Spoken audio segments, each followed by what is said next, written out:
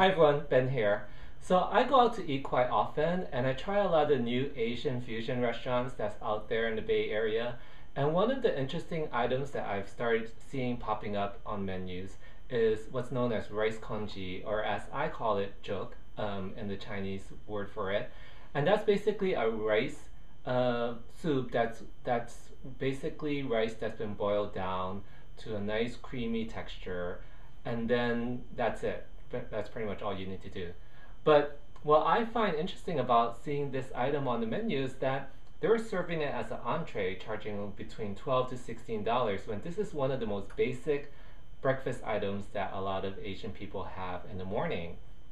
So I decided that if I'm going to make Jook for dinner, I'm going to fancy it up and put pork belly on top of it.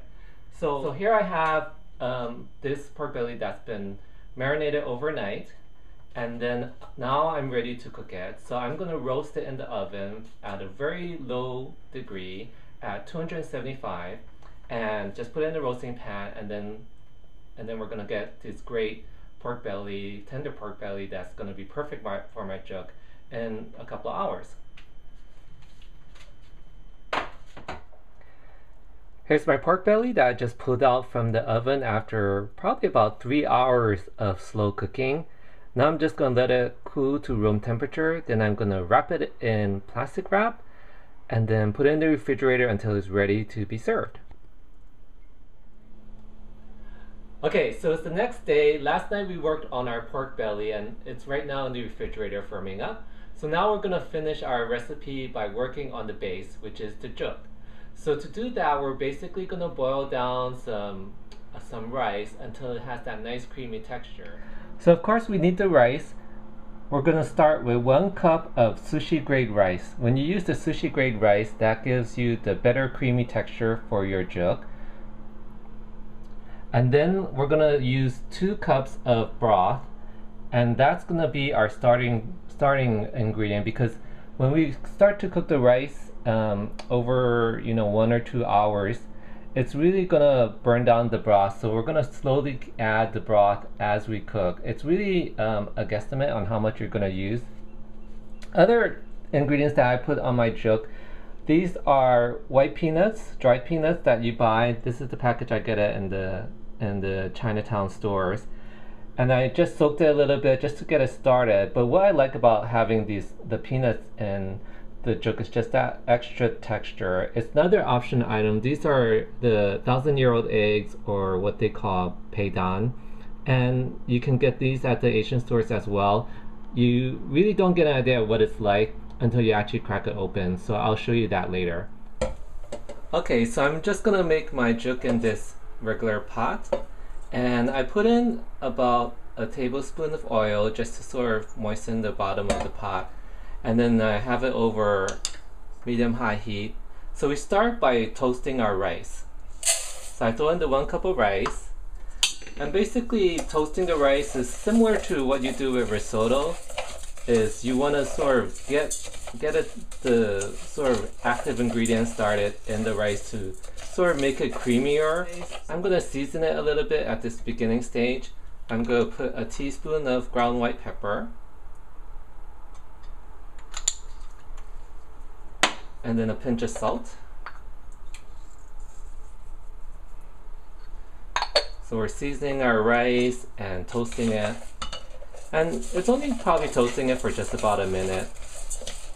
Alright, and then all we do is we add our 2 cups of broth.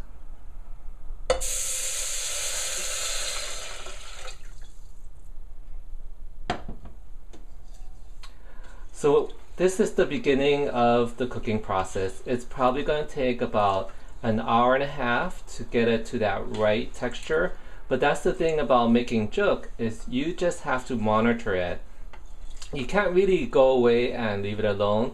You have to check it every few minutes, because you don't, first of all, you don't want the broth to run out. So what I'm going to do is, as we're cooking, I'm going to add water to make sure that there's enough moisture in my Jook. Well, I forgot that I'm gonna add 2 cups of water, just because the rice is really gonna absorb a lot of the broth and the water. So I'm gonna put a lot in the beginning and get that boiling. So here I have half a cup of the peanuts. I drained it. I'm just gonna throw that in. And that's gonna cook from the very beginning and get nice and soft. So we have our rice, our broth, and our peanuts. And again, I'm gonna bring this up to a boil and then reduce it to a simmer.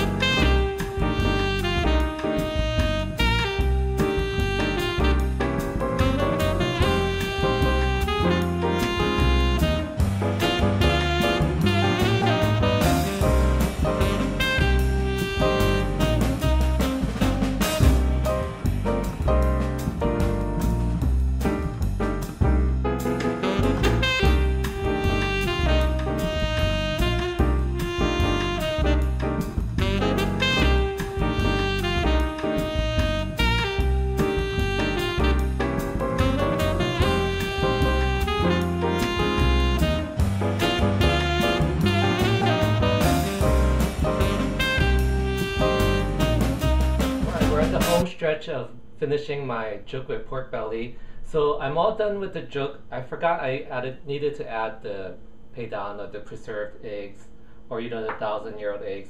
I took it out of the shell, I cracked the shell, cleaned it up, and then basically it looks like this sort of black gelatin.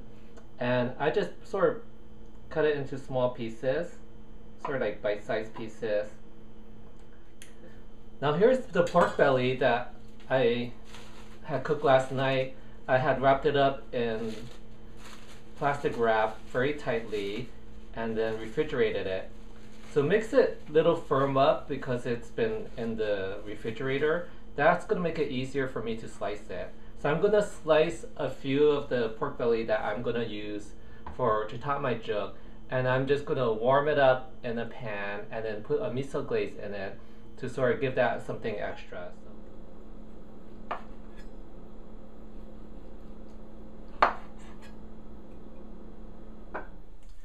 Alright, I have a pan that I put a little bit of oil, and I'm just going to lay my pieces of pork belly in there.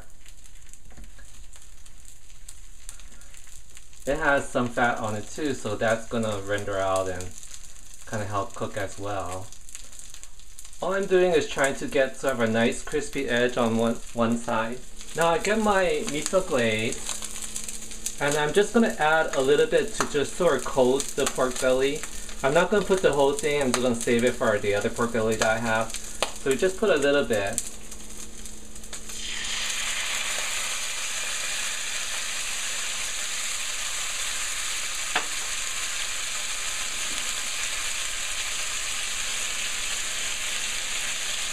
I just make sure it covers all the pork belly. Alright, here's my nice bowl of jook.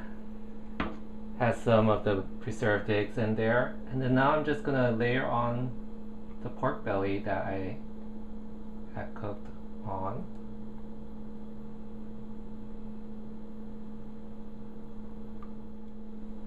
And I'm going to finish it off with some negi, which is sort of the Japanese green onion.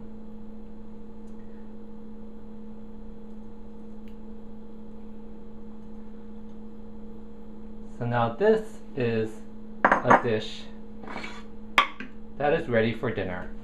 Enjoy!